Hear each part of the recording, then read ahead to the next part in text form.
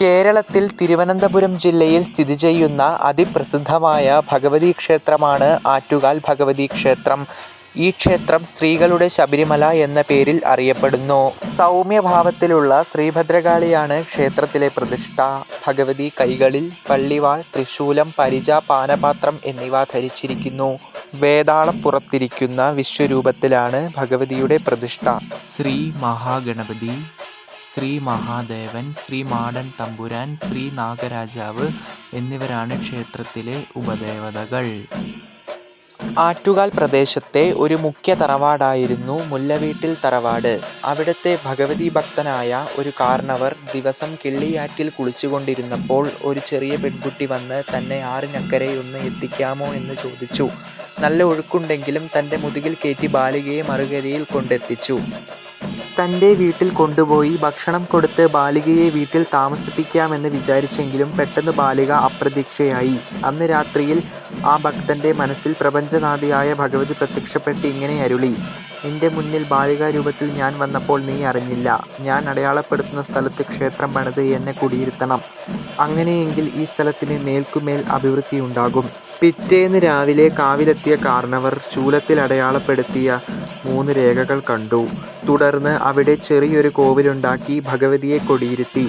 കൊടുങ്ങല്ലൂരിൽ വാഴുന്ന സാക്ഷാൽ ആദിപരാശക്തിയായ ശ്രീഭദ്രകാളിയായിരുന്നു ആ ബാലികയെന്നാണ് വിശ്വാസം. ക്ഷേത്രത്തിലെ പ്രധാന ആണ്ടുവിശേഷമാണ് കുംഭമാസത്തിലെ പൊങ്കാല മഹോത്സവം. കുംഭമാസത്തിലെ കാർത്തിക നാൾ മുതൽ 10 ദിവസം വരെയാണ് പൊങ്കാല മഹോത്സവം നടക്കുന്നത്. 9ാം ദിവസമാണ് പ്രശസ്തമായ ആറ്റുകാൽ പൊങ്കാല.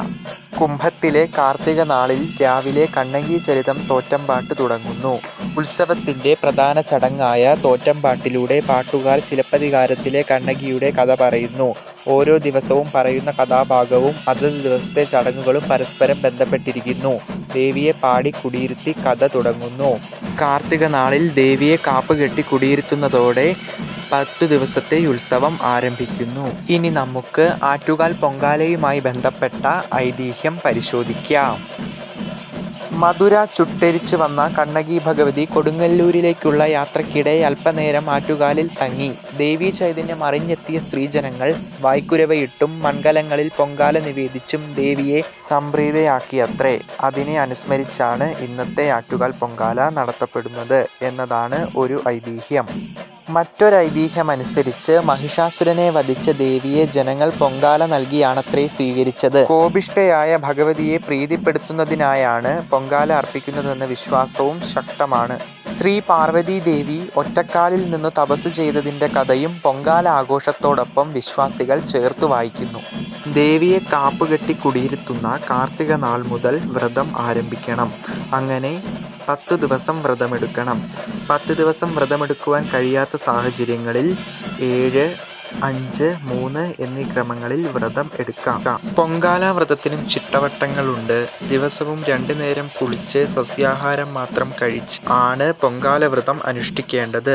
കൂടാതെ മനഃശുദ്ധി, ശരീരശുദ്ധി എന്നിവയും വേണം. കൂടാതെ ദേവീഭജനവും അത്യാവശ്യമാണ്. അതുകൂടാതെ ബ്രഹ്മചര്യവും അത്യാവശ്യമാണ്. പൊങ്കാലയുടെ തലേന്ന് ഒരിക്കൽ എടുക്കണം. കൂടാതെ പൊങ്കാലയുടെ തലേന്ന് ദേവീക്ഷേത്ര ദർശനം നടത്തുകയും ചെയ്യണം. ഈ വർഷം ആറ്റുകാൽ പൊങ്കാല മാർച്ച് 3-നാണ്. കണ്ണകി ദേവിയുടെ കോപാഗ്നിയിൽ മധുര നഗരം നശിക്കുന്നതും പാണ്ഡ്യരാജാവിൻ്റെ നാശവും പാടി നിർത്തുന്നതോടെ പൊങ്കാല ആരംഭിക്കുന്നു.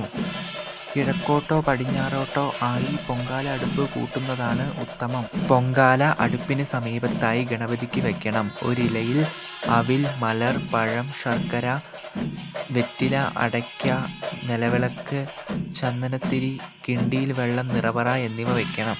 പൊങ്കാല ദിവസം രാവിലെ ക്ഷേത്രത്തിലെ പണ്ടാരയടുപ്പിൽ അഗ്നി തെളിഞ്ഞാൽ മറ്റുള്ള അടുപ്പുകളിലും അഗ്നി തെളിയിക്കാം.